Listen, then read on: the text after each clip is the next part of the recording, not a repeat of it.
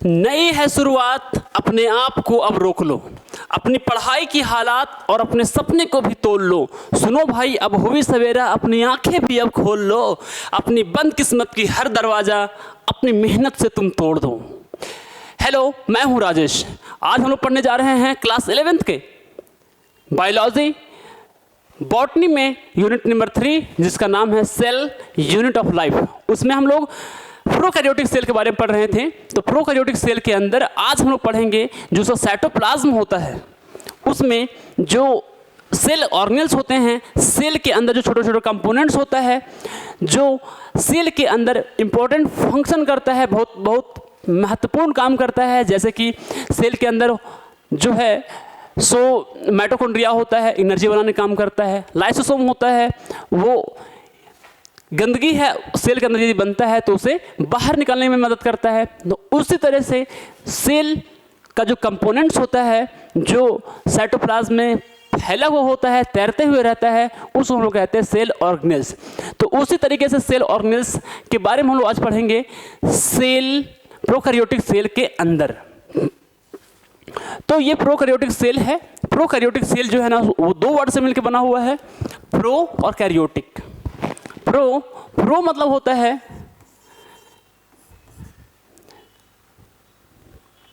ना पीछे, है ना। अच्छा, इसे इंग्लिश बोले तो बोलते हैं अनडेवलप्ड। क्या बोलते हैं? अनडेवलप्ड। अनडेवलप्ड बोले तो इसका मतलब होता है प्रिमिटिव। क्या होता है? प्रिमिटिव।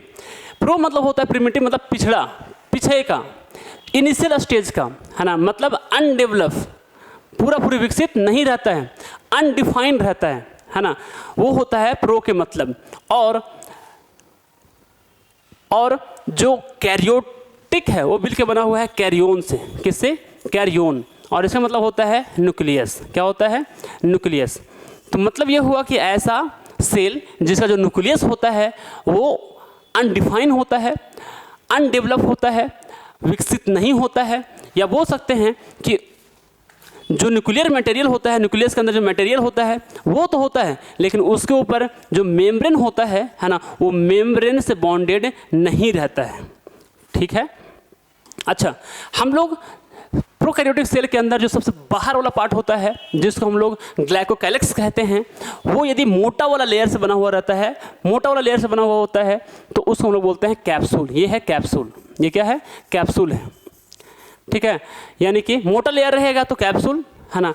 और थिन लेयर रहता है उसको बोलते, यदि पतला रहेगा, है ना, उसको बोलते हैं हम लोग स्लिम लेयर। ठीक है ना। तो ये मोटा वाला का दिखाया हुआ है, उसके अंदर होता है सेल वॉल होता है। क्या होता है? सेल वॉल होता है। और उसके अंदर जो मेम्ब्रेन दिख रहा है आप लोगों को, है ना, जो परत दिख रहा है आप लोगों को, इसको हम लोग बोलते हैं, है ना, सेल मेम्ब्रेन। और सेल वॉल और सेल मेम्ब्रेन के बीच में जो स्पेस होता है उसको हम लोग बोलते हैं पेरीप्लाज्मिक स्पेस। ठीक है। उसके प्लाज्मा मेम्ब्रेन के अंदर साइटोप्लाज्म होता है, जेली लाइक मटेरियल होता है, जिसके अंदर जो सेल ऑर्गेनेल्स है, सेल का जो कंपोनेंट्स है वो तैरते हुए रहता है। छोटा छोटा जो कंपोनेंट्स यहाँ पे दिख रहा है वो है सेल ऑर्गेनेल्स। उसके अंदर क्या होता है? प्रोकैरियोटिक सेल है तो न्यूक्लियस वेल डेवलप नहीं रहता है। उस तरह के जो स्ट्रक्चर है, उस तरह का जो न्यूक्लियस होता है जो प्रोकैरियोटिक सेल के अंदर होता है, उसको हम लोग बोलते हैं न्यूक्लियोइड। मतलब यहाँ पर न्यूक्लियस नहीं है, बस न्यूक्लियर मटेरियल है। न्यूक्लियस के अंदर जो मटेरियल होता है वो है, और उस मेम्ब्रेन से बॉन्डेड नहीं रहता है। इस तरह के स्ट्रक्चर को हम लोग बोलते हैं न्यूक्लियोइड। क्या बोलते हैं? न्यूक्लियोइड। मेरे भाई, अब हम लोग को थोड़ा सा, है ना, डीप पढ़ना है। प्रोकैरियोटिक सेल के अंदर एक जो सेल ऑर्गेनेल्स है उसका नाम है मीजोसोम। तो मीजोसोम क्या होता है इसके बारे में पढ़ते हैं। कुछ नहीं बोलेंगे कि बोलेंगे ना भाई कि सबसे बाहर वाला पार्ट क्या है, यहाँ पर सेल वॉल है ना। और अंदर में जो दिख रहा है ना, वो है सेल मेम्ब्रेन। जो पिंक सा दिख रहा है, बीच में ब्लैक वाला दिख रहा है, वो पेरीप्लाज्मिक स्पेस है। और जो सेल मेम्ब्रेन है उसमें बाहर की ओर, अंदर की ओर, सॉरी, सेल मेम्ब्रेन में अंदर की ओर साइटोप्लाज्म की तरफ, है ना, फैला हुआ रहता है ना, वो कहलाता है मीजोसोम। अंदर की ओर फैला हुआ होता है, सेल के अंदर की ओर फैला हुआ होता है, उसको हम लोग कहते हैं मीजोसोम। प्लाज्मा मेम्ब्रेन के अंदर की ओर जो फैला हुआ होता है उसको बोलते हैं हम लोग मीजोसोम। और जो मीजोसोम है ना, वो क्या करता है? सरफेस एरिया को बढ़ा देता है। क्या करता है? सरफेस एरिया को बढ़ा देता है ना, इंक्रीज द सरफेस एरिया। अंदर में प्लाज्मा मेम्ब्रेन के जो अंदर है ना, वो क्या कर देता है? उस सरफेस को बढ़ा देता है। सरफेस को बढ़ा देता है ना। वो किस फॉर्म में हो सकता है? हो सकता है वो वेसल के फॉर्म में हो, इस फॉर्म में हो, है ना। हो सकता है वो ट्यूबल के फॉर्म में हो, इस फॉर्म में हो सकता है वो लैमेले के फॉर्म में हो, इस फॉर्म में हो। ठीक है, तो इस टाइप का है ना जो मेसोजोम है, जो अंदर की ओर फैला हुआ होता है, इस आकार में हो सकता है। क्या करता है ना, उसके अंदर क्या होता है? एंजाइमेटिक कंटेंट होता है ना। सेल को वर्क करने के लिए जो महत्वपूर्ण केमिकल सब्सटेंस का जरूरी होता है, वो सब्सटेंसेस होता है, एंजाइमेटिक कंटेंट वो उसके अंदर पाया जाता है। और ये क्या करता है? सेल वॉल को बनने में मदद करता है। सेल वॉल को बनने में क्या करता है? मदद करता है। ठीक है, कौन? मेसोजोम। आगे बात कर लेते हैं इसके बारे में, है ना। तो मेसोजोम का क्या क्या फंक्शन है? तो पहला फंक्शन है डीएनए रेप्लिकेशन। मतलब सेल जो है ना डिवाइड होता है और डॉटर न्यूक्लियस, डॉटर सेल जब बनाता है, तो इसका जो डीएनए है वो क्या होता है ना, वो डुप्लीकेट बनता है इसका, और इसमें जाता है और इसमें जाता है। तो डीएनए का जो डुप्लीकेशन करने में, डीएनए को जो डुप्लीकेट करके इसमें और इसमें ट्रांसफ़र करने का जो काम करता है, वो करता है कौन? मेसोजोम। रेस्पिरेशन करने में मदद करता है। जिस तरह से है ना अलग अलग सेल में, यूकैरियोटिक सेल में भाई रेस्पिरेशन माइटोकॉन्ड्रिया के अंदर होता है, जो आप लोग क्लास 9 में पढ़े होंगे, है ना। उसी तरह से प्रोकैरियोटिक सेल के अंदर जो रेस्पिरेशन होता है वो कहाँ पर होता है ना, मेसोजोम में होता है। प्रोकैरियोटिक सेल के अंदर जो रेस्पिरेशन होता है वो कहाँ पर होता है? मेसोजोम में होता है। और ये क्या करता है? कुछ इंपॉर्टेंट मटेरियल को रिलीज करने का काम करता है ना, सिक्रेशन का काम करता है ना। कुछ महत्वपूर्ण चीज़ों को, कुछ महत्वपूर्ण सब्सटेंस को रिलीज करता है, वहाँ से निकलता है। कुछ प्रोकैरियोट्स ऐसे होते हैं। प्रोकैरियोट्स मतलब ऐसा जीव, ऐसा लिविंग ऑर्गेनिज्म जो प्रोकैरियोटिक सेल से मिलकर बना हुआ होता है, उसे कहते हैं प्रोकैरियोट्स। जैसे कि साइनोबैक्टीरिया, उसमें क्या होता है ना, एक दूसरा मेम्ब्रेन है ना अंदर की ओर फैला हुआ रहता है, एक दूसरा मेम्ब्रेनस एक्सटेंशन होता है ना। कहाँ पे? जैसे बोल रहे हैं कि मेसोजोम क्या होता है? सेल मेम्ब्रेन जो है ना, प्लाज्मा मेम्ब्रेन जो है ना, उसके अंदर फैला हुआ रहता है। तो एक दूसरा साइनोबैक्टीरिया स्पेशली, उसमें क्या होता है? एक दूसरा स्ट्रक्चर होता है जो साइटोप्लाज्म के अंदर, साइटोप्लाज्म में सेल मेम्ब्रेन की तरफ, है ना, सेल मेम्ब्रेन से साइटोप्लाज्म की तरफ क्या रहता है? फैला हुआ रहता है ना। सेल है ना मेम्ब्रेन से साइटोप्लाज्म की ओर ऐसा फैला हुआ रहता है ना। साइनोबैक्टीरिया में उसको हम लोग कहते हैं, है ना, वो फैला हुआ होता है, उसको हम लोग कहते हैं क्रोमैटोफोर्स। क्या कहते हैं? क्रोमैटोफोर्स। याद रखिएगा, जो क्रोमैटोफोर्स है सिर्फ और सिर्फ साइनोबैक्टीरिया में होगा, है ना। उसके अंदर क्या होता है? पिगमेंट होता है। क्रोमैटोफोर्स में क्या होता है? पिगमेंट पाया जाता है। ठीक है, पिगमेंट मतलब रंग, कोई खास कलर। चलिए आगे, प्रोकैरियोटिक फ्लैजेला। मेरे भाई, यदि प्रोकैरियोटिक सेल मूव करने वाला है, यदि मोटाइल है, जो प्रोकैरियोटिक सेल होता है वो दो टाइप का होता है, मोटाइल और नॉन मोटाइल। यानी कि कुछ मूव कर सकता है, कुछ जो है ना एक जगह दूसरे जगह पर जा सकता है, उस तरह का सेल। और कुछ ऐसा होता है जो एक जगह दूसरे पर नहीं जा सकता है, मूव नहीं करता है, चलता फिरता नहीं है, उसको बोलते हैं नॉन मोटाइल। यदि वो मोटाइल है तो उसमें क्या रहता है ना, फिलामेंटस एक्सटेंशन होता है। क्या रहता है ना, फिलामेंटस एक्सटेंशन होता है। फिलामेंट बाहर की ओर निकला हुआ रहता है ना। कहाँ से? जो सेल वॉल है उससे फिलामेंट टाइप का कुछ होता है। फिलामेंट होता है, एक स्ट्रक्चर होता है जो कि बाहर की ओर निकला हुआ रहता है, उसको हम लोग कहते हैं फ्लैजेला। क्या कहते हैं? फ्लैजेला कहते हैं। ठीक है, तो कहने का मतलब है कि भाई ये था एक, है ना, प्रोकैरियोटिक सेल, और उसका जो सेल वॉल है उससे फिलामेंट जो बाहर की ओर निकला हुआ रहता है ना, उसको हम लोग कहते हैं फ्लैजेला। ठीक है, चलिए क्या बोलते हैं? फ्लैजेला कहते हैं। आगे पढ़ते हैं, फ्लैजेला क्या काम करता है। फ्लैजेला में क्या होता है? 3 पार्ट होता है। फिलामेंट होता है, हुक होता है और बेसल बॉडी होता है। ठीक है ना। अब फिलामेंट जो होता है ना, वो क्या होता है, सबसे लंबा पोर्शन होता है, सबसे लंबा पार्ट होता है ना, जो सेल के सरफेस से है ना बाहर की ओर निकला हुआ होता है। सेल का जो सरफेस है उससे क्या होता है, बाहर की ओर निकला हुआ रहता है ना। क्या होता है, फिलामेंट तो बाहर की ओर जो निकला हुआ है वो फिलामेंट कहलाया है ना। और ये कहलाया, ये यहाँ पे ये जो पार्ट है यहाँ पे दिख रहा है आप लोगों को, जो बेसल बॉडी से ऊपर की ओर आता है ना यहाँ पर, तो ये कहलाता है क्या, हुक। क्या कहलाता है, हुक। और फिर हुक के सीधा यदि देखा जाए तो ये जो है ना, जो दिख रहा है ऐसा स्ट्रक्चर है ना, उसको हम लोग बोलते हैं बेसल बॉडी। क्या करते हैं, बेसल बॉडी। और ये क्या होता है, सेल मेम्ब्रेन में होता है, ये सेल मेम्ब्रेन में होता है। सेल मेम्ब्रेन जान रहे हैं, यहाँ पे तो बिल्कुल यहाँ पे होगा है ना, सेल मेम्ब्रेन, उसके नीचे साइटोप्लाज्म है, ये सब ये वाला ही पार्ट है। इस वाला पार्ट में होता है क्या, बेसल बॉडी, जहाँ से ऑरिजिनेट होता है, निकलता है कौन, फिलामेंट।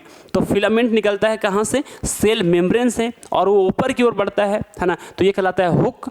और फिर इस सेल वॉल में होता है, यहाँ पर हुक है, और इसे बाहर जो पार्ट निकला हुआ है उसको बोलते हैं हम लोग फिलामेंट। चलिए आगे चलते हैं। आगे हम लोग है क्या करते हैं, तो समझ आ गया ये वाला। अच्छा, इसका जो अलग अलग पार्ट है उसका अलग अलग नाम है। फ्लैजेला के अलावा, फ्लैजेला तो मूवमेंट करने में मदद करता है, चलने फिरने में मदद करता है, उसके अलावा भी उसमें कुछ स्ट्रक्चर होता है, जैसे पिलई है ना। पिलई मतलब ये जो है बाहर में है ना, कुछ स्ट्रक्चर ऐसा दिख रहा है ना, उसको बोलते हैं पिलई। ठीक है ना।